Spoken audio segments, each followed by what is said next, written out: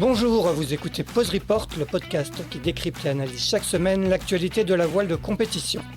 Pause Report est produit par Tip & Shaft, le média des professionnels et des passionnés de voile de compétition. Tip & Shaft, ce sont 2 newsletters hebdomadaires en français et en anglais, des podcasts, des formations, un studio de production de contenu, une plateforme de vidéos à la demande Sailors, ainsi qu'un festival du film que vous pouvez retrouver sur tipandshaft.com. Je suis Axel Capron et je vous souhaite la bienvenue dans Pause Report. Bonjour à tous et bienvenue dans le 233e épisode de Pause Report, le podcast de Sailors qui décrypte, analyse et décortique l'actualité de la voile de compétition sous toutes ses coutures en compagnie des meilleurs experts. Nous sommes le lundi 10 novembre, il est 18h30 en métropole, 13h30 à Fort-de-France où se trouvent nos 2 invités du jour, 4 jours après en avoir terminé et sur le podium avec la Transat Café L'Or en Ocean 50. Ils sont d'ailleurs ensemble à Fort-de-France. Le premier a bientôt 43 ans. Il s'est imposé aux côtés de Baptiste Hulin à bord de Viabilis Océan pour sa 4e participation à la Transat en double. Il s'agit bien évidemment de Thomas Rouxel. Salut Thomas. Salut. Le second a 37 ans et il a terminé quant à lui sur la 3e marche du podium à bord de Le Rire Médecin à La Motte avec Antoine Joubert. C'était également sa 4e participation à la Transat Café L'Or. Il s'agit de Luc Berry. Salut Luc. Salut Pierre-Yves, salut à tous. Je m'appelle Axel. Ah putain, Pierre-Yves, non, c'est parce que... excuse-moi, tu sais pourquoi j'ai dit ça? Parce que c'est marqué Pierre-Yves, j'ai juste lu en Exactement. dessous, c'est sur le compte de Pierre-Yves. Voilà, exactement. Pour préciser à nos auditeurs, c'est la plateforme est enregistrée sous le nom de Pierre-Yves Letroux, ce qui peut prêter à confusion. Voilà, c'est le piège. Messieurs, avant d'échanger avec vous, je vais faire un rapide retour sur ce qui s'est passé ces derniers jours sur la Transat Café L'Or, qui a donc livré son verdict jeudi et vendredi dernier en ce qui concerne les ultimes, les Ocean 50 et les IMOCA. En ultime, c'est le tandem Tom Laperche-Franck Camas qui s'est imposé sur SVA Lazartigue, devant Thomas Coville et Benjamin Schwartz sur Sodebo Ultime 3 et le duo Anthony Marchand-Julien Villon sur Actual Ultime 4. En Ocean 50, qui va nous occuper aujourd'hui, la victoire est donc revenue à Viabilis Océan devant WeWise, mené par Pierre Quiroga et Gaston Morvan, et le Rire Médecin Lamotte. Victoire en IMOCA de Jérémy Bayou et Morgan Lagravière sur Charal devant Eleven Saur Racing du duo Francesca Klapsic-Willaris et Massif Santé Prévoyance, mené par Sam Goodchild et Loïs Béréard. Enfin, on connaîtra en fin de semaine les vainqueurs en classe 40 et donc l'issue de la bataille stratégique qui les occupe en ce moment entre nordistes et sudistes, qui devrait d'ailleurs croiser au dernier moment. Voilà pour ce rapide résumé, messieurs, avant de refaire avec vous le match de cette passionnante Transat Café L'Or en Ocean 50. Dans quel état on se trouve à 4 jours après une arrivée qui, à l'image de toute la course, aura été d'une intensité folle? Je crois que Luc, tu te réveilles, donc pas encore complètement récupéré. Ouais, en effet, moi je viens de faire une petite sieste là, donc pas encore tout à fait récupéré. Franchement, c'était une course bien usante, je pense aussi bien physiquement que nerveusement. Donc j'ai fait quelques transats en course, je vais pas dire qu'elle est pas loin d'être une des plus usantes. Et toi, Tom, tu as réussi à récupérer un petit peu de ces 12 jours menés tambour battant à travers l'Atlantique? Ouais, pareil, c'est quand même, non, non, je on est en pleine récupération. Alors moi, j'ai eu la chance de, bien réussir à dormir ces derniers jours, mais on a quand même aussi pas mal de sollicitations, donc on est toujours un peu dans le feu de l'action, après cette arrivée. Mais, non, on est encore bien crevé quand même. Est-ce que l'un comme l'autre, vous aviez déjà vécu des courses, des transats d'une telle intensité? On a l'impression, nous, d'extérieur, que ça n'arrêtait jamais sur cette Transat Café L'Or. Écoute, moi, j'avais déjà vécu des transats où on était arrivé avec très peu d'écart comme ça, où on était à vue tout le temps. C'était en Figaro, c'était en d'ailleurs, Ouais. une arrivée en Martinique aussi, où j'étais arrivé second juste derrière Nicolas Luneven qui, malheureusement pour lui, avait pris une pénalité, ce qui m'avait permis de remporter la course. Mais du coup, oui, il y avait très peu d'écart, on était tout le temps à vue, il y avait beaucoup d'intensité, mais quand même moins que celle-là où, on a eu, des changements de système météo et des changements, météorologiques, et stratégiques, incessants. Et puis en plus, sur ces bateaux-là qui sont quand même particulièrement, intenses, volages et sur lesquels il faut vraiment être à fond. C'est vrai que ça reste quand même pour moi, je pense comme le disait Luc, la transat la plus intense que j'ai vécue jusqu'à présent. Ouais, toi aussi, Luc, c'était ta 4e, transat, tu en as vécu une en classe 40, je crois, et les 2 précédentes en Ocean 50. J'ai regardé un petit peu les photos d'arrivée, vous étiez assez marqués avec, Antoine, en tout cas vous paraissiez assez marqués. Ça a été vraiment, une intensité de dingue, cette transat Café L'Or? Ouais, je pense, bah, c'est comme dit Tom, sur le côté, je pense, bataille en classe 40, moi, j'en avais fait presque des aussi serrés que ça et encore même pas parce que là, on finit à 27 minutes, les 3 premiers. Mais il y a vraiment cette composante, bah, bateau rapide, quoi, bateau assez instable et bon, Tom, il a plus d'expérience que moi à naviguer à 30 nœuds tout le temps là, mais vraiment les derniers jours, on faisait des moyennes de 26 nœuds sur des tranches de 4 heures, ça commence à faire beaucoup et la moindre erreur est bah, il faut faire attention et puis en plus de cela, on y reviendra peut-être un peu. Bon, l'idée, c'est pas de trop s'attarder non plus, mais avec, ce qui s'est passé au début, ça nous a remis une petite couche de rappel, sécu, sur ces bateaux que voilà, il faut faire attention. Donc c'est peut-être le côté un peu nerveux d'être toujours à 20-25-30 nœuds, plus, bah, les mains sur les écoutes, tu dors pas vraiment très, très bien en plus, quoi, donc Ouais, oui, vous êtes sur le fil tout le temps, quoi. et ouais, c'était super chouette là, c'était arrivé là, un peu serré là, quand on a croisé un 1004 derrière, WeWise là, on s'est dit: «Ah, il y a peut-être encore une place à voir là», mais non. Bon, justement, on va refaire le match de cette, Transat Café L'Or. On va revenir, de un peu plus de 2 semaines en arrière. Déjà un départ, avancé de 24 heures, pour la classe Ocean 50. Est-ce que vous pouvez me raconter comment ça s'est passé au sein de la classe? Je crois qu'il y a eu un vote, quoi. Est-ce qu'il y avait il y avait des pour et des contre, et quelles étaient un peu finalement les est-ce que c'était la bonne décision qui a été prise d'avancer de 24 heures ce départ? Ouais, écoute, ce qui s'est passé, c'est que, bah, nous, on était, avec Baptiste, on n'avait pas imaginé ça. On était concentrés sur notre préparation et on a reçu un message, le vendredi, du coup, pour organiser une réunion, en urgence avec tous les skippers, justement pour discuter de ces conditions météorologiques au départ qui étaient assez intenses. Effectivement, nous, on travaillait avec Gilles Favennec en préparation de la météo avant le départ et le matin même, il nous avait dit: «Là, écoutez les gars, je vois pas comment ça peut passer». Donc bon, on essayait de pas trop stresser sur la situation parce que, de toute façon, on s'adapte comme toujours. Mais effectivement, quand la classe nous a réunis et a proposé de demander à l'organisation si c'était possible d'avancer de 24 heures le départ, c'était pas un soulagement, mais c'était une option qui était pour nous pas à mettre de côté. Effectivement, on était pour, faire cette demande. Après, l'organisateur pouvait refuser ou l'accepter, ça, peu importe, mais déjà on était pour faire cette demande et je crois que c'était le cas, bah, c'était le cas de la majorité, des concurrents de la classe. Il y avait 2 bateaux, il y avait 2 skippers qui étaient, pas forcément pour, mais qui voulaient pas non plus s'opposer à la décision commune. Ouais. Et à partir de là, quand on a eu ce feu vert général là, on a effectivement demandé l'autorisation à Francis et à l'organisateur. Luc, c'était un peu le même état d'esprit pour toi? Ouais, on était honnêtement, on pensait pas qu'ils allaient enfin, nous, de notre côté, on pensait pas que ça allait se faire quoi, d'avancer de 24 heures. On se Ouais, surtout demandait qu'il un y avait peu. eu un précédent sur la précédente, KO avec plusieurs départs qui avaient été assez compliqués à gérer, ouais. Ouais, on savait qu'il y avait ces histoires de classe et tout ça. On pensait que ça allait bloquer de ce point de vue-là, mais après déjà, c'était décidé si en tous les membres de la classe parce qu'en fait, il fallait qu'on soit quand même à l'unanimité pour aller faire la demande. Il fallait pas qu'il y en ait un qui dise, «Nous, on veut pas».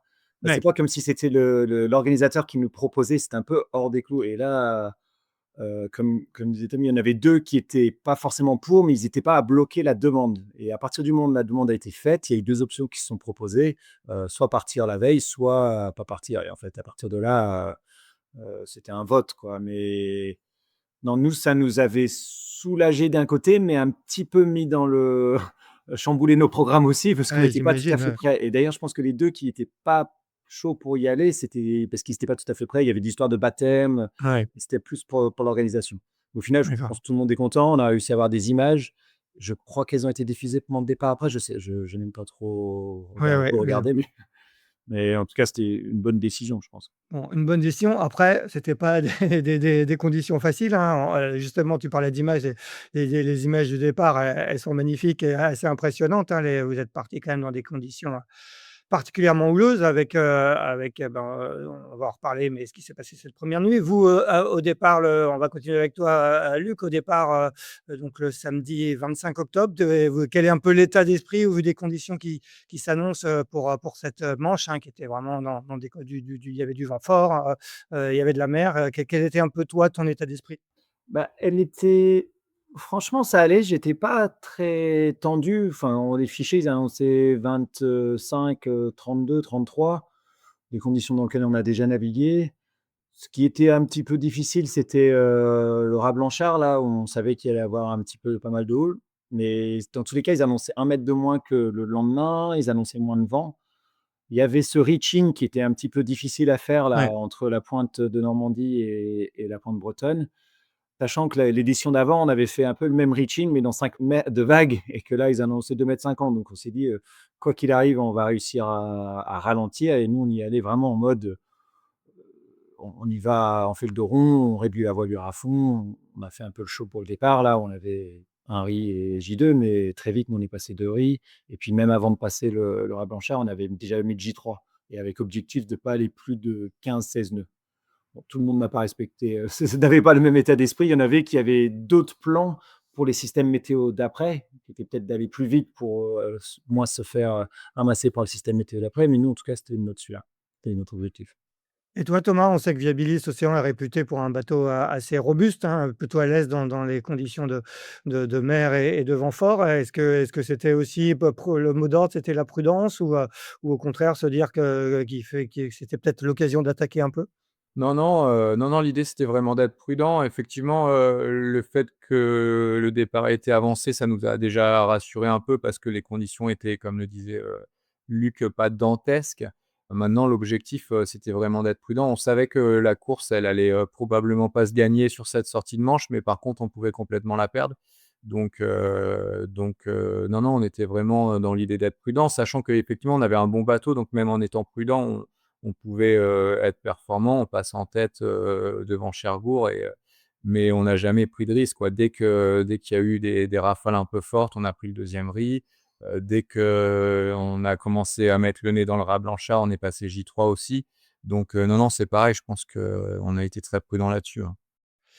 Malheureusement, cette première nuit a été donc, fatale à 3 Ocean 50 qui ont chaviré. Alors il y en a un, c'est, on ne connaît pas encore exactement la raison, mais le flotteur tribord qui s'est cassé et donc Lazare qui a chaviré. Les autres, ils ont été pris dans des grosses rafales, donc Inter, Invest, et le troisième, vous allez me Cohésion. rappeler, et Coesio, pardon.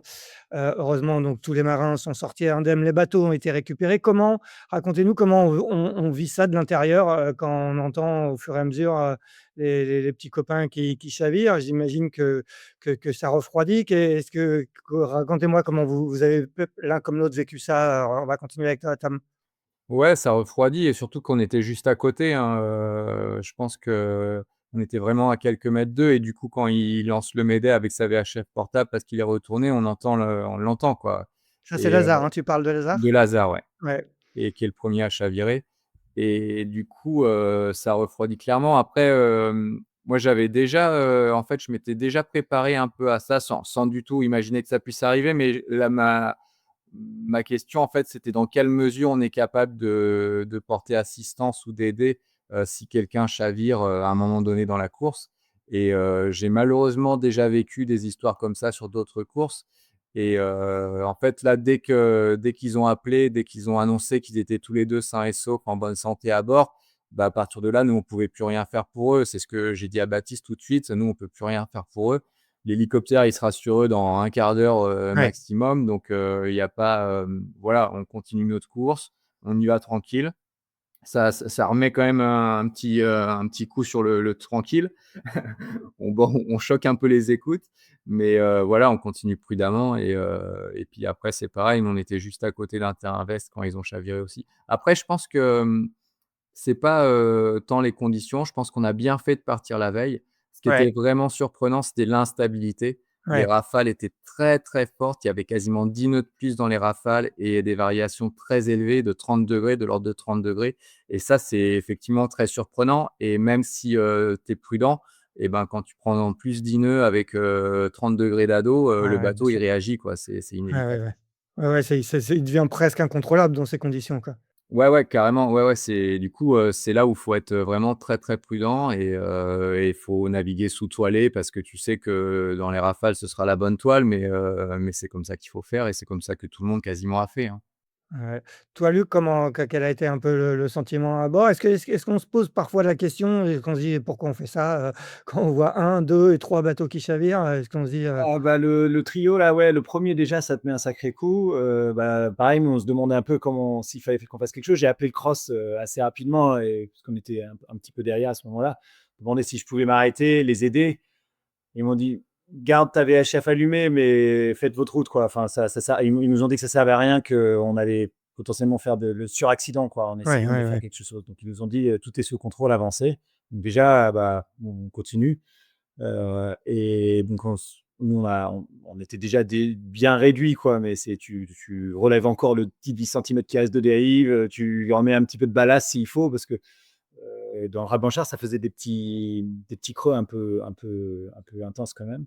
Et après non, c'était le deuxième puis le troisième qui nous ont vraiment mis un coup parce qu'encore un à la limite et ça nous a remis un petit coup de un peu comme l'édition d'avant, où malheureusement Ouais. c'était nous qui avons cassé. Enfin, il y a eu 2 autres casses, mais nous on a vraiment, vraiment cassé et on était: «Ah non, c'est pas possible quoi, rebelote, 3 bateaux là, qui sont mal la première nuit». Donc ouais, non, ça nous a mis un petit coup là. On a mis un bon 24 heures, 48 heures à se remettre dedans. Je pense qu'on n'a pas réattaqué tout de suite, non. On n'a pas Ouais, ouais. réattaqué tout de suite. Et quand on sort de la Manche, quelque part, on est c'est quoi? Il y a quand même un sentiment de soulagement d'être sorti indemne de cette gros 1 portion? Bah, oui, oui, bien sûr, tu es content de sortir de la première portion, mais tu sais qu'il y a une autre portion qui arrive, non, Ouais. une dep, qui était au final pas si, violente que ça, mais qui s'annonçait même un peu plus forte en vent et puis après avec ces bateaux, tu as la traversée de l'Atlantique aussi. Ouais, Mais ouais, bon, bien non, sûr. c'est clair qu'à partir du moment où tu sors de la Manche, ouais, tu es un peu plus serein quand même. Bon, Thomas, vous avez mis un peu plus de temps à sortir de la Manche parce qu'il y a eu un arrêt à la Bergerac. Est-ce que tu peux nous rappeler qu'est-ce qui s'était passé et comment s'est passé cet arrêt, finalement assez express, à la Bergerac? Alors ce qui s'est passé, c'est que quand on a navigué donc après le Rat-Blanchard, on passe au nord de Guernesey, on était sous, 2 riz J3 et là la voile s'est déchirée en 2 au niveau du riz 2, le point d'écoute de riz 2 s'est arraché. Du coup, on est passé 3 riz parce qu'on pouvait plus naviguer ni 2 riz, ni 1 riz, ni GV haute, donc on est passé 3 riz et on a commencé à étudier les différentes possibilités qui s'offraient à nous et du coup, déjà on s'est renseigné pour savoir si la voile était réparable, donc on a envoyé des photos à Norcel qui nous ont dit: «Bah non, là les gars, la voile, ça va pas être possible». Ensuite, on a vu, dans quelle mesure c'était possible de changer de voile. On a appelé l'équipe technique, ils étaient encore au Havre. Donc ils étaient sur la route pour descendre sur Saint-Malo. Heureusement, on avait une grand voile à Saint-Malo. Donc le plan qui s'est mis en place, c'était que, Passe récupérer la grand voile à Saint-Malo, la prépare, la latte et la mène sur un port, en Bretagne Nord, ou Brest. On n'avait pas encore décidé et en étudiant un peu, les possibilités, on a pris la décision de s'arrêter à la Bergerac. C'était juste le bon timing où eux avaient le temps de récupérer la voile et nous retrouver là-bas. Donc nous, on a navigué, tranquillement avec, 3 riz et J3 jusqu'à Labervrac où on est arrivé simultanément, le bateau et l'équipe technique avec la grand voile et là-bas, avec l'aide de Jacques Carès, de Éric Cochet, de nombreux locaux inconnus aussi et de Gilda Morvan, on a réussi à se mettre au port et à changer, la voile. Alors quand on s'arrête comme ça sur une escale technique, on doit respecter un arrêt d'au moins 4 heures, ça fait Ouais, partie de la ouais. règle de course et donc on s'est arrêté 4 heures. On aurait pu repartir bien avant, la grand voile, ça prend 1 heure à changer, mais du coup, on a respecté cet arrêt de 4 heures et on a pu repartir après au lever du jour et c'était assez dingo parce que, du coup, on sortait quand même d'une nuit assez, torride et on voyait les gens qui nous apportaient les viennoiseries, les thermos de café et tout à la Bergerac, alors qu'il faisait quand même -1000 degrés sur le bon sur le ponton de la Bergerac, ce dimanche matin. Mais non, non, c'était bien cool et puis, du coup, nous, ça nous a permis de faire un bon switch aussi, les gars et les gens qui étaient là aussi, ils nous ont bien remotivés pour repartir. Donc ça nous a permis, je pense, de tourner un peu la page des chavirages et de repartir dans un état d'esprit, positif. Après, quand on repart, c'est pas la même course, hein. On est Ouais, bien sûr. 150 000 derrière, donc on n'était pas repartis en attaquant comme des bourrins en se disant: «On va revenir», quoi. On était repartis en se disant: «On navigue le mieux possible comme on sait faire, on fait avancer le bateau et puis on verra ce qui se passe». Et en fait, assez vite, on s'est quand même rendu compte que la situation météorologique pour la dépression portugaise, elle était quand même, pas idéale, et que Ouais. plus tu étais derrière, pire c'était. Et genre à 1 heure près, tu avais 1 mètre de mer en plus et 5 nœuds de vent en plus, et donc assez vite, on s'est dit: «Il faut quand même pas trop qu'on traîne et qu'on essaie de traverser au mieux cette dorsale qu'il y avait dans le golfe de Gascogne» pour, faire du sud le plus tôt possible et passer au sud de cette dépression, et du coup, c'est ce qu'on a essayé de faire. Alors après, c'est vrai que la dépression, comme disait Luc, elle a pas été si torride que ça, mais des dépressions chaudes comme ça, c'est assez instable, c'est assez dur à prévoir et ça peut très vite mal évoluer. Donc nous, c'était, tu disais la sortie de Manche, ça allait mieux. Oui, la sortie de Manche, ça allait mieux, mais moi, j'étais encore bien, bien, bien préoccupé par cette dépression-là, qui s'est finalement très bien passée, mais moi, j'ai relâché un petit peu plus la pression quand même une fois qu'on était au sud de cette dette. Ouais, ouais. On va revenir sur les conditions qui vous ont permis finalement de recoller. Il y a eu un resserrement général, aux Canaries. Est-ce que quand même en repartant, vous vous dites que bon là pour la victoire c'est bâché? Ou est-ce que vous avez eu le temps de vous regarder sur le plus long terme et de voir justement cette situation météo arriver avec possibilité d'un regroupement? Quel a été un peu l'état d'esprit, au niveau en tout cas de vos objectifs sportifs au moment de repartir? Bah, comme je te disais, l'objectif, c'était vraiment de se concentrer sur nous, de faire la plus belle trajectoire, de bien naviguer, d'aller vite, sans prendre trop de risques. On avait quand même, cet objectif qui était de faire un entraînement, taille réelle pour Baptiste, pour le Rhum, la route du Ouais, Rhum l'an prochain. Donc, c'était vraiment ça l'objectif. On a vu, avant de repartir, on savait qu'il y avait une situation qui pouvait être favorable aux Canaries, mais ça évolue très vite, et ouais, ouais. on s'est pas dit: «Ouais, génial, on va revenir dessus», parce qu'on aurait pu être déçus si ça avait pas été le cas. On s'est dit, «Potentiellement, il y a une ouverture». La victoire, on l'envisageait clairement pas. On espérait revenir, on espérait, se battre avec les autres, mais on n'envisageait pas la victoire, et on verra plus tard, mais honnêtement, si, Edenred, ils avaient pas cassé, la victoire, elle Ouais, était ouais. probablement pas envisageable. Luc, vous êtes dans le coup, hein, vous passez quatrième à peu près au Cap Finistère. Il y a un petit groupe, il y a WeWays qui avait démarré en trombe, et qui était sorti de Manche, puis dans le Golfe, en tête. Quel est un peu l'état d'esprit, en passant, le long des côtes portugaises? Vous dites vous êtes dans le coup, raconte-nous quel est l'état d'esprit à bord de l'Oreillard Médecin Lamotte? Beh, un peu comme, disait Tom, il fallait on savait, on avait en visu cette DEP là et puis Ouais, surtout elle avait bah, c'est surtout la nuit d'avant en fait qui était plus compliquée là avec des orages de partout qu'ils annonçaient assez fort, le ciel, illuminé de partout là et quelqu'un qui allumait l'interrupteur là tous les 10 minutes là et donc ça faisait flipper un petit peu. Au final, je crois que c'est même là où on a eu plus de vent. Nous, on s'est dit: «On se prend pas trop la tête sur la perf avant de passer cette DEP là». Bien sûr, on n'y allait pas non plus, mollo mollo, hein. On essayait de naviguer le plus rapidement possible, mais tout en faisant attention et on va dire sans mettre la perf de côté, mais pas loin, en se disant on avait l'impression en tout cas, mais pareil sans vouloir se projeter trop, qu'il allait y avoir un resserrement autour des Canaries et que la course, elle pouvait très bien redémarrer à partir de ce moment-là.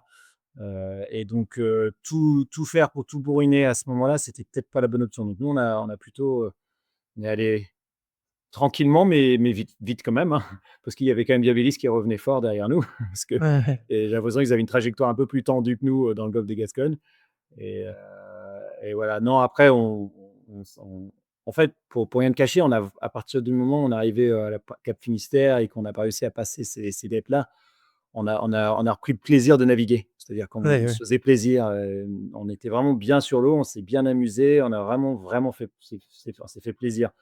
Parce qu'on n'était pas en tête, parce on n'avait pas une meute d'Ocean Shifty à nos trousses, on était un peu à la bonne position là, 4e, 5e, avec une possibilité de bondir un peu à la fin là, quand on voulait quoi. Donc Ouais, ouais, ouais. on a vraiment profité de cette phase-là.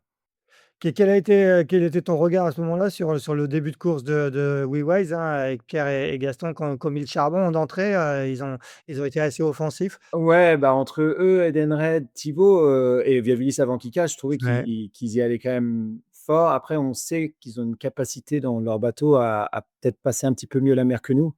Est-ce que je sais pas si c'était ça, vous avez pas vu de moment. Ouais, ouais, nous, pour nous, on n'a jamais pris de risque, hein, mais c'est sûr Ouais. qu'effectivement, on n'a pas tous les mêmes bateaux et le la notion, bah, je suis sûr que si j'avais été sur, Lazare ou sur Coesio, j'aurais eu probablement plus peur, à la même vitesse, quoi. Ouais, ouais, ouais. Nous, on a un bateau qui est un peu plus tendu, avec des flotteurs un peu volumineux, qui fait que ça passe bien, mais parfois, parfois ça, quand ça plante vraiment, quoi. Donc, faut bien doser. Et non, je trouvais qu'ils ont fait une bonne course. Après, on a appris, enfin, on a compris un peu en débriefant qu'il y avait une vraie volonté de la part de WeWise d'aller fort pour essayer de passer devant cette dep-là. Donc, ils étaient prêts un peu à mettre le curseur très haut sur la sortie de manche pour être, entre guillemets, un peu plus tranquille après. Ouais, On n'avait pas ouais. tout à fait la même approche, mais voilà, c'est pour ça qu'ils ont vraiment appuyé fort à ce moment-là, quoi. Finalement, il y a eu ce regroupement général donc au niveau, des Canaries, hein, avec, une grosse bulle anticyclonique qui a ralenti tout le monde et qui a permis à Viabilis, de recoller. Raconte-moi comment vous avez vécu un peu ça, Thomas? C'était, là où à quel moment vous compreniez que vraiment, ça va resserrer et dans l'article qu'on a fait sur la dernière, newsletter, Sailors. Mathieu Souben disait que ça vous avez sans doute redonné un surcroît de motivation de niaque. Est-ce que c'est un peu ça comme ça que vous l'avez vécu à bord de Viabilis Océan avec Baptiste?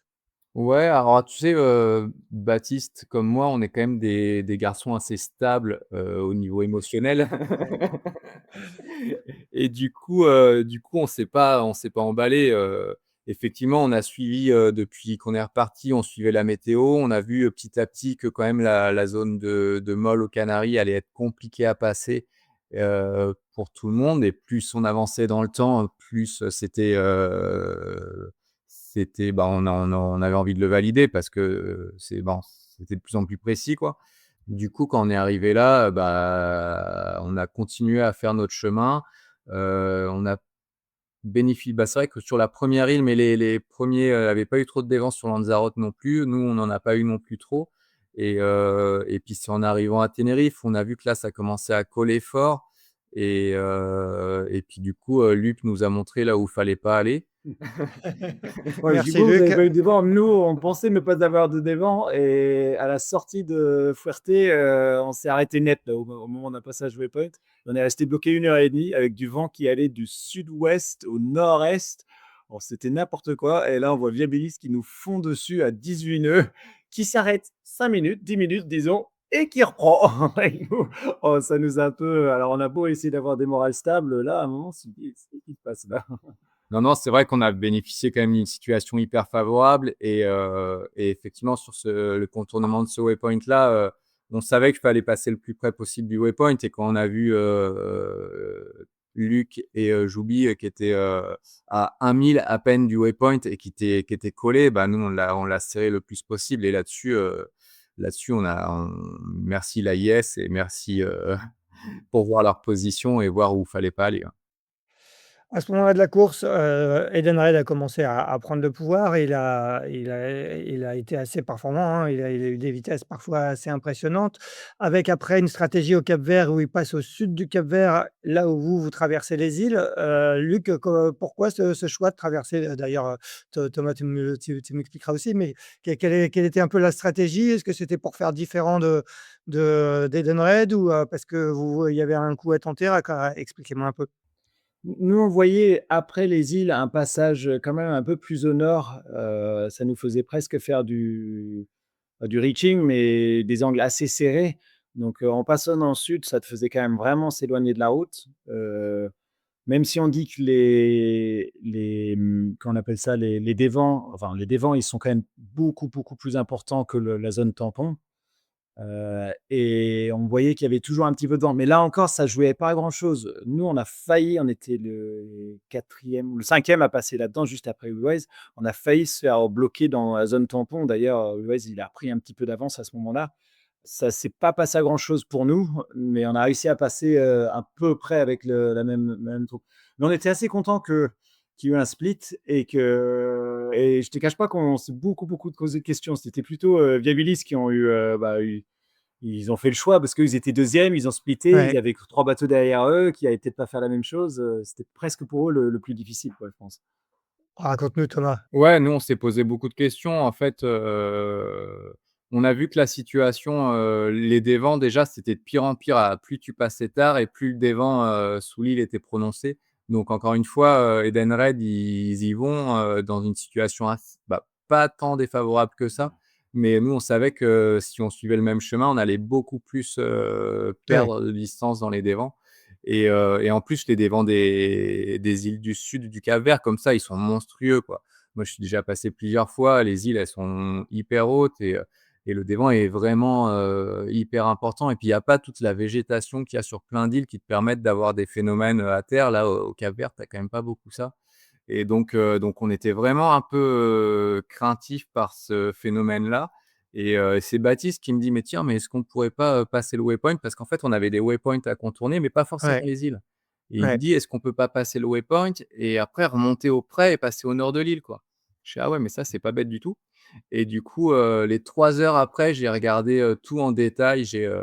J'ai regardé la topographie des îles, j'ai étudié les températures pour, la masse d'air, j'ai regardé s'il y avait des webcams, s'il y avait des anémos, j'ai regardé les blogs des plaisanciers pour voir ce qu'ils disaient sur les dévents. Bah, j'ai vraiment passé du Ah temps oui, à oui. étudier le dossier et du coup, je lui dis: «Bah, écoute, je pense qu'il y a une option, il faut passer entre cette île-là et cette île-là. Celle-là, elle est petite, il y aura pas de dévent et on passe au nord des îles».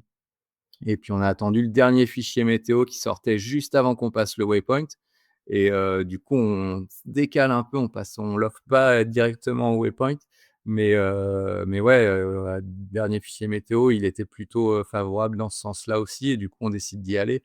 Effectivement, franchement, on s'est fait des frayeurs, hein, parce que la décision, tu es 2e, tu as 2-3 bateaux qui te collent aux fesses et la décision, elle est engagée. Tu repars au près quand même, presque à l'envers de la route pour passer Ouais, au vent des ouais, îles, ouais. quoi. C'était une décision engagée, mais on était assez serein dans notre choix. On était aussi assez fiers de prendre un choix de prendre une décision qui sort un peu de l'ordinaire comme ça et finalement, ça s'est avéré être une très bonne décision. Et quand vous voyez que les autres derrière vous font pareil, ça vous conforte ou vous dites: Ouais, ouais, «Au c'est un moins petit ils vont pas nous doubler sur une autre option»? C'est quoi le Exactement, c'est un petit soulagement. Alors, on aurait bien aimé quand même qu'il y en ait un qui tente en dessous pour voir vraiment si c'était la bonne idée et puis qu'il puisse rester longtemps dans le dévent, tu vois? Qu'on ait moins de bateaux à gérer par la suite. Mais bon, non, ils ont tous suivi, c'était quand même, plutôt rassurant pour nous. C'est sûr que vous, Luc, quand tu vous voulais voyez ajouter belle quelque balle chose? entre les îles là, pas s'arrêter, c'est nous, on est en fait, on va passer par là. Par contre, quand tu fais un routage, normal, tu vois, avec Adrena et tes fichiers, Ouais. bah, lui, il te fait passer, sous l'île, quoi. Il te fait raser l'île. Nous, il nous faisait ça le Ah ouais, ouais, mais moi j'ai fait 20 routages et j'ai modifié la route pour avoir des routages qui étaient cohérents et qui pour essayer de mesurer l'écart. Parce qu'il tient pas compte, beaucoup des vents? Ouais, en fait, le routage, tu sais, il te fait selon la durée d'isochronie qu'il te fait, il te fait des points toutes les heures, par exemple et du Ouais, coup, il va te faire un point 1 heure avant le dévent, il va te faire avancer comme si tu avais pas encore rentré dans le dévent et si ça d'accord. se trouve, il va retrouver le point d'après, tu auras déjà retrouvé du vent de l'autre côté du dévent, alors qu'entre les 2, tu te seras fait, 12 heures, dans la molle, quoi. Donc le routage là-dessus, ouais, faut le faire intelligemment pour bien comprendre comment ça marche, hein.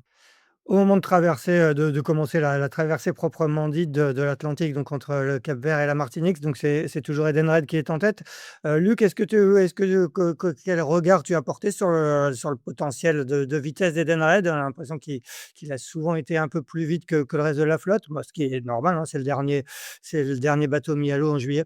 Ouais, bah, ils ont trouvé qu'ils allaient vite et au bon endroit et j'ai changé un peu on échangeait un peu avec les autres. Là, ils disaient: «Il est toujours plus vite, plus bas celui-là». C'est un peu énervant, on va dire. Mais non, surtout parce que tu vois, on a parlé de la sortie des Canaries. Lui, il est allé à la côte, les autres, ils Ouais. prenaient des options vraiment osées en plus à chaque fois, quoi. Osées ou enfin bref, il y allait, quoi. Différentes, ouais, différentes.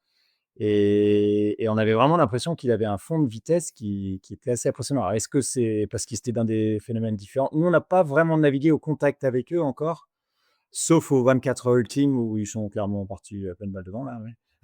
Mais ouais, non, on sentait qu'il tirait, mais qu'il tirait peut-être fort, fort aussi sur le bateau, quoi. Pour un bateau assez récent, enfin, on leur es on espérait absolument pas qu'il y ait de casse pour eux, mais tu vois, Ouais, ouais. ça restait quand même un petit peu dans le coin de la tête, quoi, que je trouvais qu'ils allaient vite, quoi.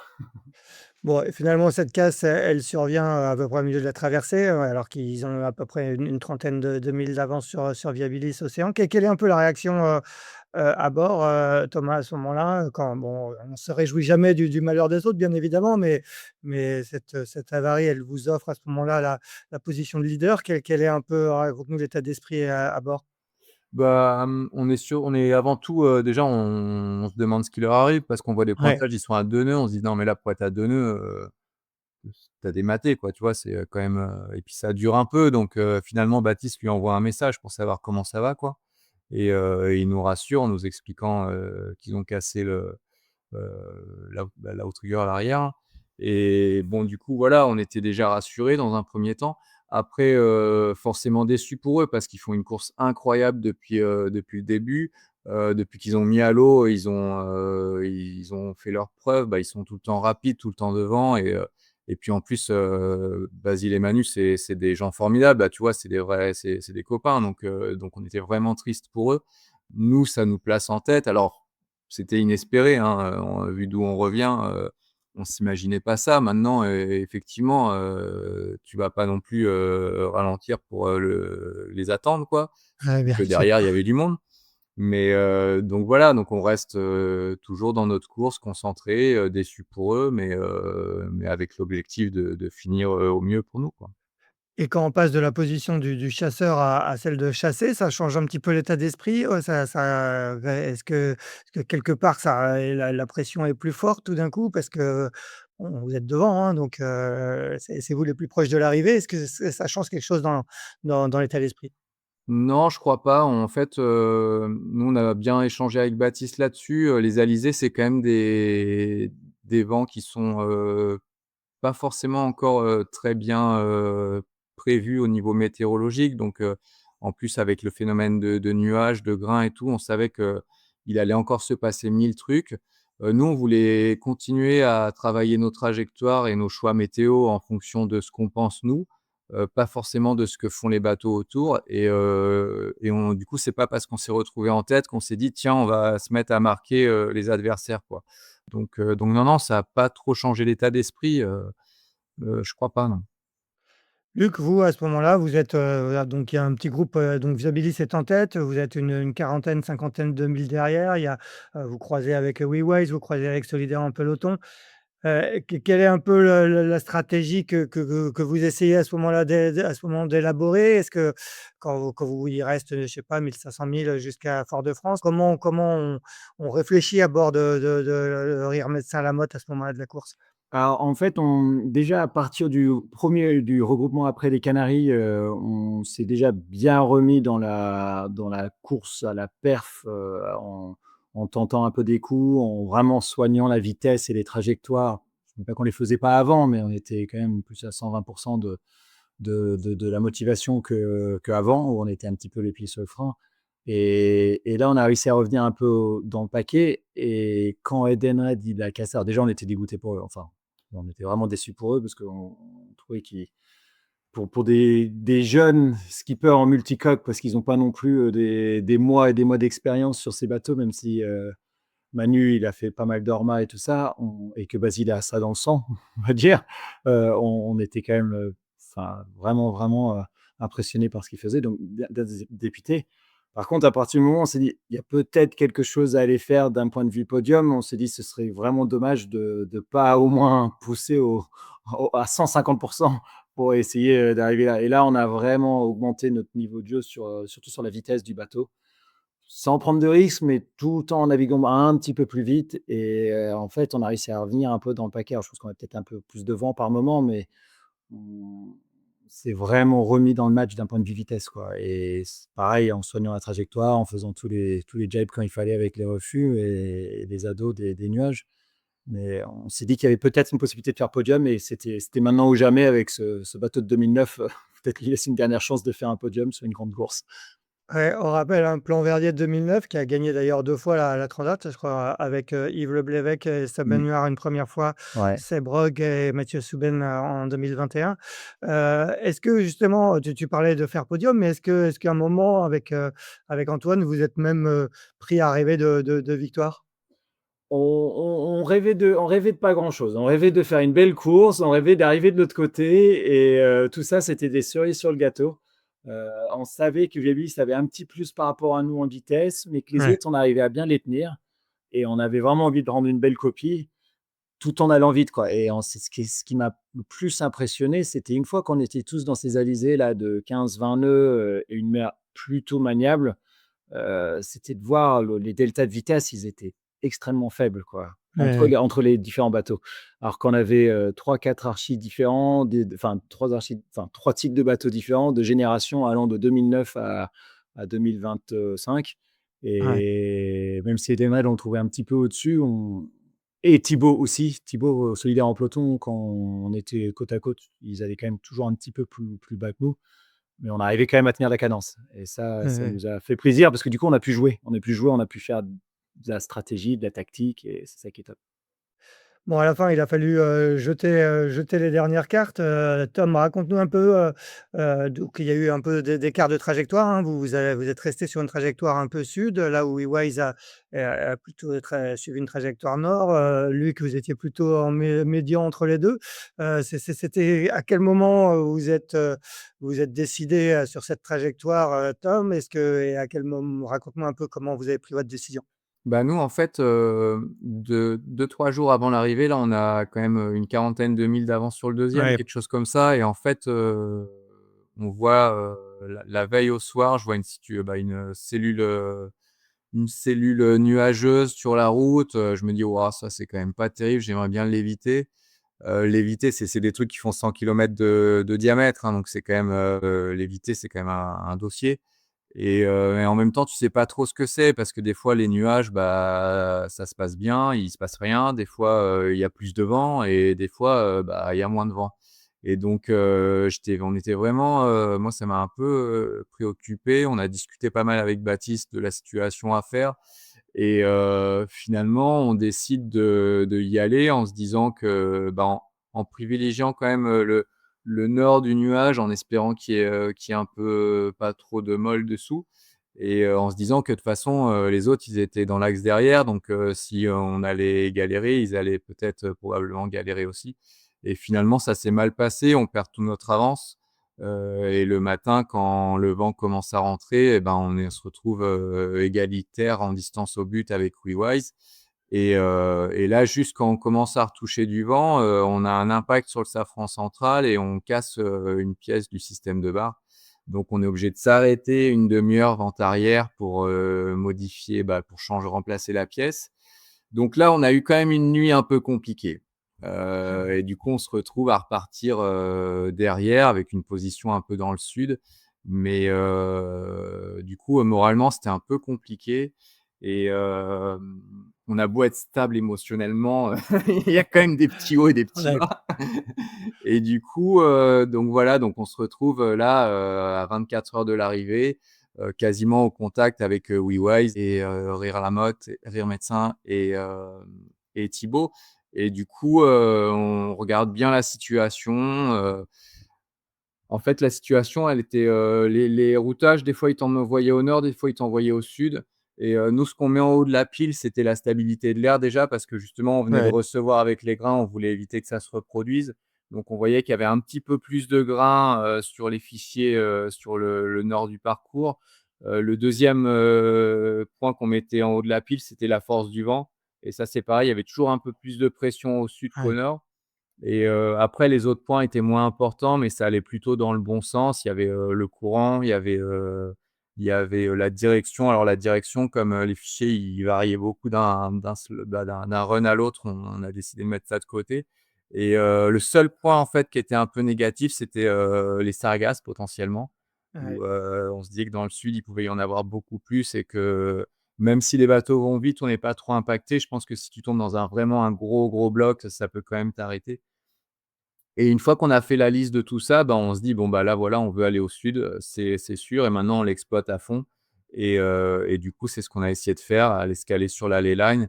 On a eu quelques petits recalages à faire parce que l'angle était pas toujours bon. On s'est retrouvé entre des lignes de grain qu'on a essayé d'exploiter le mieux possible. Mais au final, une fois qu'on était parti, c'était vraiment, on a essayé de travailler cette option-là le mieux possible.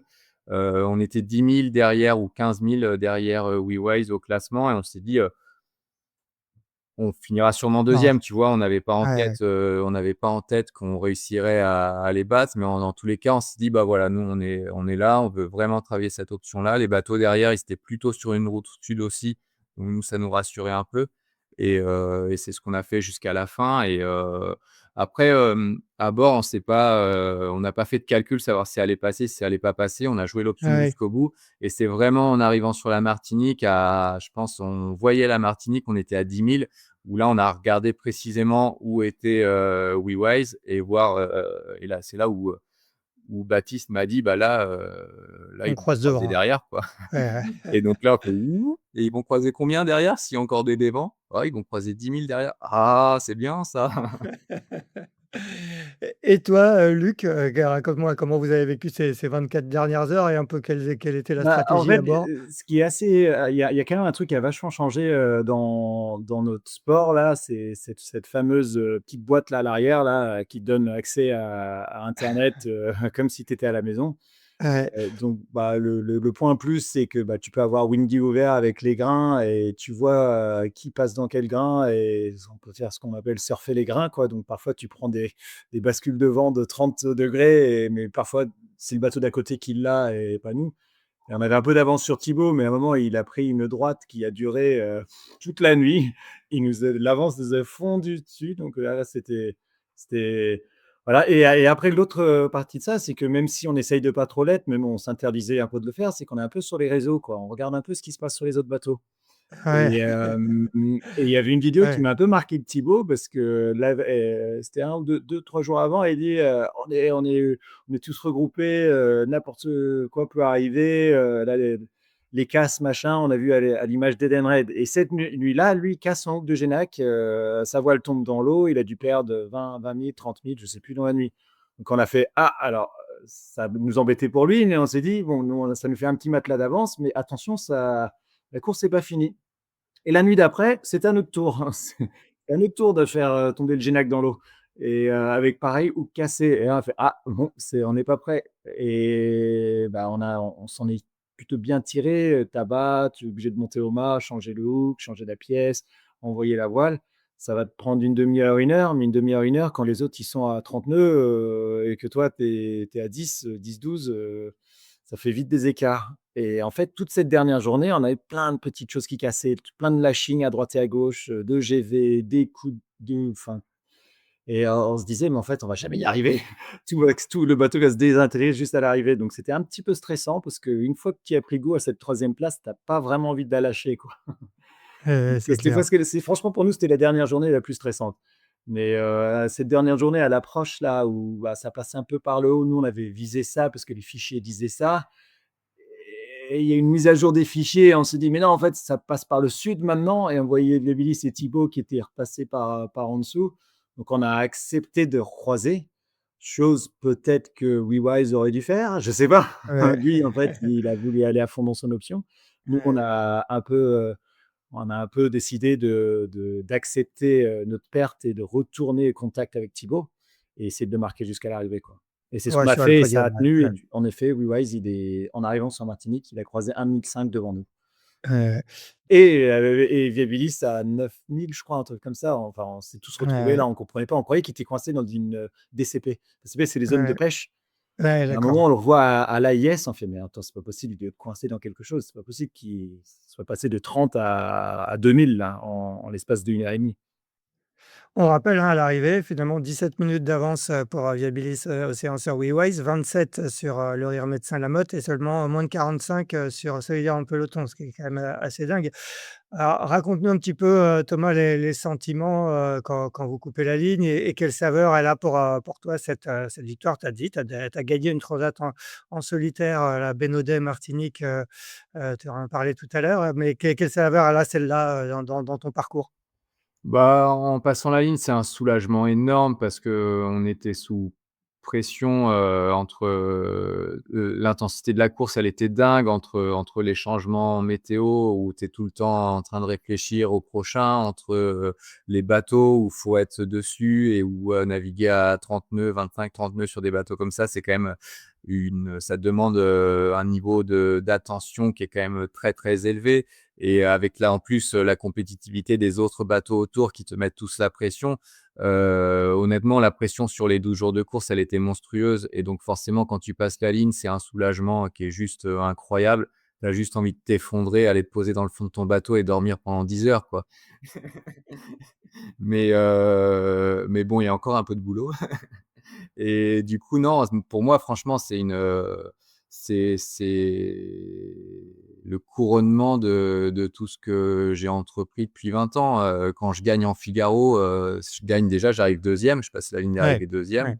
et je gagne après jury, mais c'est pas ça a rien à voir et là, cette course-là et puis une Transat en Figaro, tu vois? Là, c'était la Transat Bénodet-Martinique, Ouais, personne la connaît, quoi. Bah, c'était une ouais, ouais. transat en solitaire, hein, c'était un gros truc, mais honnêtement, médiatiquement, elle est Ouais, bien inconnue par sûr. rapport à cette transat du café, où là, bah, ça fait, je sais pas combien de temps que ça existe, c'est une des courses les plus prestigieuses et moi, je rêvais de la faire quand j'étais gamin. Je rêvais de la faire en multi parce que les multis me faisaient rêver et aujourd'hui, la remporter, c'est juste, bah, voilà, pour moi, c'est le graal, hein. C'est ce que j'ai fait le mieux dans ma carrière, hein.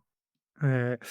Et toi, Luc, cette troisième place, j'ai lu que tu parlais de revanche, Alors, je ne sais pas si c'est une revanche ou une récompense, pour tout le travail qui a été fourni. Nous, c'est la troisième année du multicoque, comme tout projet, on a eu des hauts, on a eu la chance de gagner la Fastnet, enfin avoir des mais on a eu aussi eu un gros bas qui était notamment il y a 2 ans sur cette même course ouais, où on a cassé le bateau en 2. Le bateau était pas loin et était plus proche de l'épave qu'autre chose et on a travaillé, mais comme des malades. La même équipe que j'ai aujourd'hui d'ailleurs, hein, une petite équipe que nous sommes, avec un grand réseau de partenaires, on a réussi à reconstruire, remettre en état, renforcer, optimiser ce bateau et 2 ans plus tard, faire cette, place-là, ouais, c'est une énorme récompense pour, toute l'équipe, pour les partenaires qui suivent, qui soutiennent et la famille et tout ça, quoi. Donc c'est non, non, c'est un grand, grand soulagement. Je pense que tout le monde est très, très content. Nous, on avait des partenaires qui suivaient à fond sur les réseaux là, qui étaient fous jusqu'à la fin là et puis avec un bateau qui est enfin, comment on veut dire, hein, qui est quand même plus vieux que les autres, hein. C'est le plus vieux bateau de la flotte avec mon bonnet rose. On savait qu'il allait bien au vent arrière, mais bon, réussir à tenir des nouveaux là, les plus récents, c'était ouais, c'était une bonne satisfaction. Est-ce que toi qui es dans cette classe depuis, plusieurs saisons maintenant, est-ce que c'est aussi une victoire quelque part de la classe, cette Transat Café L'Or? Parce que même si ça a très mal démarré comme on l'a bien raconté, finalement, toutes ces transats qui se terminent en général, souvent, finalement à l'arrivée, il y a souvent très peu d'écart, hein. C'était déjà, Ouais. je crois le cas sur les finalement ces bateaux, entre 2009 et 2025, pour le dernier mis à l'eau, on a l'impression que ça reste très homogène et que ça rend, les débats, en tout cas nous, vus d'extérieur, passionnants. Bah, oui, je pense que c'est dans l'air du temps. Déjà, c'est la première classe à avoir mis en place un numerus clausus, donc on est limité en termes de bateaux pour, garder la valeur des bateaux, pour pouvoir accéder aux ports et aux événements qui limitent de par le nombre de places de bateaux. Donc, en fait, il y a pas de bateau sur le terre-plein normalement, et oui, de montrer qu'avec un bateau, n'importe quelle autre classe, tu prends un bateau de 2009, tu normalement, tu finis pas sur le podium. Et même s'il a eu un peu de casse, il y avait quand même d'autres bateaux plus récents et en fait, ça montre que la chose est bien écrite. Alors, on fait un peu les malins là sur une transat, attention, hein, dans les grands prix, c'est dur pour nous de finir sur le podium. De temps en Oui, temps, oui. sur des côtiers, les seuls podiums qu'on a fait cette année, nous, c'est sur les côtiers. On a réussi à faire une place de 2, une place de 3 quand il y a un peu plus de champ, mais ouais, les nouveaux bateaux, ils sont quand même plus rapides, ils accélèrent plus vite, dans les zones de transition, mais sur une transat, il y a pas que ça qui joue. Et c'est ça qui est bien, parce que là, on est à 1 an de la route du Rhum. La route du Rhum, je sais pas si je préfère avoir mon bateau ou un autre bateau. Enfin, en tout cas, je préfère avoir mon bateau que certains autres bateaux, quoi. Je pense qu'ils ont encore leur place, dans cette classe. Justement, tu fais la transition, l'objectif, principal 2026 sera la route du Rhum. Est-ce que sur un bateau comme le tien, il y a encore moyen d'optimiser? Ou est-ce que justement il vaut mieux, travailler sur naviguer le plus possible, en vue de cette transat en solitaire, que chercher à faire des petites optimisations, l'hiver prochain? Ça va être quoi le programme? Ah moi, je pense qu'il y a encore possibilité de faire plein de choses sur ce bateau. Alors, à ton avis, ce bateau, il va très bien au portant. Ouais, Le bémol, c'est un peu plus au près. Après, nous, on a la dérive qui est à l'âge du bateau. On a changé les safrans cette année, on a fait des safrans neufs, donc ça améliore. Mais il y a toujours possibilité ouais, d'optimiser. Nous, on a ready la plateforme, on a fait beaucoup de travail dessus, mais là, on peut toujours après, là, ça va être une histoire de curseur. C'est comme sur la course, c'est une histoire de curseur. Est-ce que tu le mets, pied au plancher ou un peu plus sécu? Et c'est la même chose sur le budget. Nous, on fait partie des plus petites équipes. On fait beaucoup de choses, nous-mêmes avec, ce qu'on peut. Là, est-ce qu'il vaut mieux investir dans des dérives, dans, des voiles, dans des trucs ou est-ce qu'il faut s'entraîner? Voilà, il faut trouver le bon curseur. Il faut trouver le bon curseur parce que là, sur ces bateaux en solitaire, ça va moins jouer, à la perte du ouais, bateau, je pense. On a vu c'est déjà en clair, ouais. double, c'est moins le cas et en solo, je pense que c'est encore un autre dossier. Après, il y a beaucoup de choses à faire sur les pilotes automatiques, sur les lecs. C'est de la fiabilité qu'il faut, quoi et cette course, elle était magique pour nous parce que c'est la première transat qu'on finit, en fait, d'ailleurs, avec ce bateau. On a appris énormément de choses. Ce qu'il faut juste rappeler, c'est que, bah, Baptiste et Leblis, ils ont fait l'année dernière la route des Terres Nova, qui font 2 ou Ouais, 3 donc voilà, ils avaient déjà une transat à haute vitesse, pour se faire la main. Pierre, lui, il avait fait la transat d'avant, bah, sur Vevilis, ouais, ça c'est une autre histoire, hein. Sur Vevilis, avec, Renan, je crois, ouais, où ils font ouais, un 3e, autre donc star, ils ouais. ont ces une d'avance. Thibaut, il en a fait beaucoup, heu, donc l'expérience là acquise, elle est hyper importante. D'ailleurs, juste pour faire un petit passage sur ceux qui n'ont pas pu finir et on est en contact avec eux, avec Audrey, avec Aaron Draoulek, pour la petite histoire, c'est Audrey qui vient ramener mon bateau. Je trouve Ah que bon? c'est une super bonne initiative de Ah sa ouais, part super, ouais. de se Ouais. remettre en selle et il faut qu'elle navigue, il faut passer du temps sur ces bateaux, quoi. Audrey Augereau donc qui fera la route du Rhum sur, Coesio, l'année prochaine. Toi, le programme pour, toi du coup, tu laisses Audrey ramener le bateau et ça va être quoi le programme des prochaines semaines? Bah, avec mon boat captain, ouais et moi je vais retourner, à la maison et je vais surtout retourner voir tous les partenaires. Nous, c'est un projet avec 33 partenaires financiers, Ouais. allant de petits à gros comme la motte et aujourd'hui, bah, il faut qu'on retourne, on a rien de signé pour l'année prochaine, nous encore, pour être totalement honnête. Donc j'ai envie d'être sur la route du Rhum, mais à moi d'aller convaincre tout le monde et j'espère que ce podium m'aidera un petit peu plus. On verra bien. Mais bon, le contexte, il est un peu particulier quand même, hein. On va pas se mentir. Si vous êtes entrepreneur et que vous avez envie de soutenir, le 3e de cette Transat Café L'Or, n'hésitez pas. Voilà, To le message est dépassé. Voilà. Thomas, toi, il y a une grande interview dans Ouest France là qui est parue, je crois hier ou ce week-end où tu parles justement de ton envie de continuer, dans cette classe de bateau. Alors est-ce que cette victoire, tu crois que c'est le moment ou jamais pour essayer de concrétiser un projet et qu'est-ce que tu dans un monde idéal, ça serait quoi pour toi les prochaines semaines? Bah, moi, ouais, on en avait déjà parlé, ça fait longtemps que j'ai Ouais, envie de faire de l'Ocean 50, hein. Ça fait, 2-3 ans maintenant que je cherche des partenaires pour le faire. C'est sûr qu'aujourd'hui, cette victoire, bah, c'est une belle mise en lumière. Aujourd'hui, c'est encore possible de faire la route du Rhum l'année prochaine et c'est clairement ça l'objectif. Donc, en rentrant, je vais aller voir les quelques pistes que j'ai et je vais essayer de développer ça. quand tu dis: «C'est encore possible», c'est-à-dire qu'il y a un bateau que tu peux, éventuellement récupérer, hein, c'est ça? Oui, ouais, il y a un Ouais, c'est bateau vraiment. potentiellement qui serait, disponible, pour faire le Rhum. D'accord. Est-ce que tu as d'autres plans sinon? Ou est-ce qu'aujourd'hui est-ce que tu tu on sait que tu as navigué, notamment, pas mal d'années avec ce Thomas Coville et Sodebo, Ultime 3. Bon, l'année prochaine, ça va être une année de solitaire, mais est-ce que tu as d'autres, navigations prévues pour les en tout cas pour 2026 ou tu veux mettre toute ton énergie, sur ce projet? Non, j'ai rien d'autre de prévu parce qu'effectivement, j'ai envie de mettre en tout cas, les prochains mois toute mon énergie sur ce projet-là. Après, parce que j'ai pas non plus cherché à Ouais. trouver à d'autres embarquements. Mais, effectivement, si ça débloque pas, sur le côté Ocean 50 dans les mois qui viennent, j'irai voir. Il y a quelques projets que j'aimerais bien, sur lesquels j'aimerais bien aller naviguer.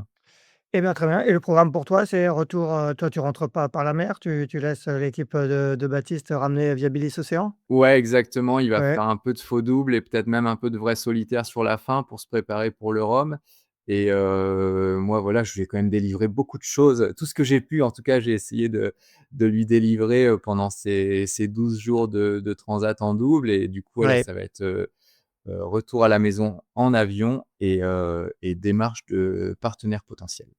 Oui, on rappelle que finalement, c'était toi l'homme le plus expérimenté à bord des 2. Justement, est-ce que tu as aimé ce rôle, entre guillemets de pas de grand frère, mais de pas de professeur non plus? Parce que Baptiste a quand même de l'expérience, il naviguait déjà sur ce bateau l'année dernière? Ouais, ça c'était super. Après, on a vraiment bah, il y avait vraiment pas de hiérarchie dans ce sens-là. Ouais. Alors Ouais, c'est ouais. sûr que je suis un peu plus âgé, qu'il tournait beaucoup plus les manivelles que moi. Là-dessus, il a eu un peu de respect quand même pour Pour les mon anciens. vieil âge. Mais non, non, après, c'est ouais, je pense un peu, le bateau, il le connaît très bien, il y a pas de souci là-dessus. C'est un peu dans la stratégie, dans la gestion stratégique où j'ai essayé de lui apporter en tout cas moi mon état d'esprit et comment j'essayais de fonctionner quoi sur une transat comme ça, quoi.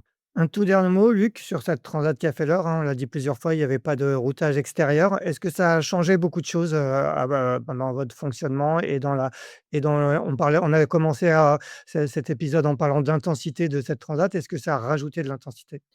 En fait, moi, j'ai jamais fait avec routeur, donc Ah d'accord, donc ça toi tu étais voilà. rodé. La Ça dernière la ça dernière transat, bah, il y avait la première étape qui allait à Lorient et au final, oui, vu le parcours, on a pris la décision, et puis aussi pour l'histoire du budget de pas avoir de routeur à bord, d'accord, ouais. et on en avait un pour la deuxième partie, mais bon, ça a pas duré très longtemps. Donc Ouais, ouais, ouais. j'ai pas encore l'habitude de ce confort, moi, de mon côté. Et toi, Thomas? Ouais, ça a changé effectivement, hein, en termes d'intensité, ça change beaucoup, surtout que, comme on le disait, il y a eu, un enchaînement de situations météorologiques incessants et du coup, oui, oui, ça rajoute beaucoup d'intensité, ça rajoute, beaucoup de temps de réflexion, d'échanges, stratégiques, de temps passé sur l'ordinateur. Mais ça rajoute aussi, énormément de satisfaction parce que Oui. quand on fait bien les choses et ben, on sait que c'est grâce au travail qu'on a fait nous et c'est un ensemble de choses, hein. Tu fais bien tu réagis bien parce que tu t'es bien reposé avant aussi, ça part de là. Donc c'est Ouais, vraiment une ouais. gestion de course globale qu'on a vraiment appréciée, ouais. Et je trouve que tu apprends à construire ta route et nous, ce qu'on se disait avec Antoine, c'est qu'on on apprenait vraiment au fur et à mesure de la course à router ses bateaux aussi, parce qu'on n'a pas non plus beaucoup d'expérience et là, on a fait des bêtises, je pense, dans la dorsale, la trajectoire de golfe de Gascogne, on aurait été un peu plus tendu, ça aurait été mieux. Mais je trouve que tu as une forme de satisfaction, comme tu dis, d'apprentissage. Antoine, lui, il a pas cette grosse compétence de routeur, mais qui lui, c'est vraiment sur la perf et la vitesse Ouais, du ouais. bateau, il a un très, très gros point fort et du coup, on a appris ensemble à router ce bateau, quoi. Donc c'est ça qui est super sympa. Eh ben, en tout cas, nous, on a suivi, tout ça avec passion. C'était une super, transat qui a fait l'heure en Ocean 50, dans les autres classes aussi. On va attendre les classes 40, d'ici la fin de semaine. On refera peut-être le match avec eux d'ailleurs la semaine prochaine dans le 234e épisode de Pause Report. Merci à tous les 2. Profitez bien des derniers jours en Martinique, récupérez bien et on se retrouve en 2026, sur le circuit, Ocean 50. À bientôt, bonne journée à tous les 2. Merci Axel. Salut, merci. Allez, merci. Merci d'avoir écouté cet épisode de Pause Report. N'hésitez pas à nous dire ce que vous en pensez en bien ou en mal et n'hésitez pas à le partager. Si vous souhaitez suivre l'actualité de la voile de compétition, je vous encourage à vous abonner à la newsletter de Tip & Shaft, envoyée chaque vendredi à 17 h. Pour vous inscrire, ça se passe sur tipnshaft.com. À bientôt!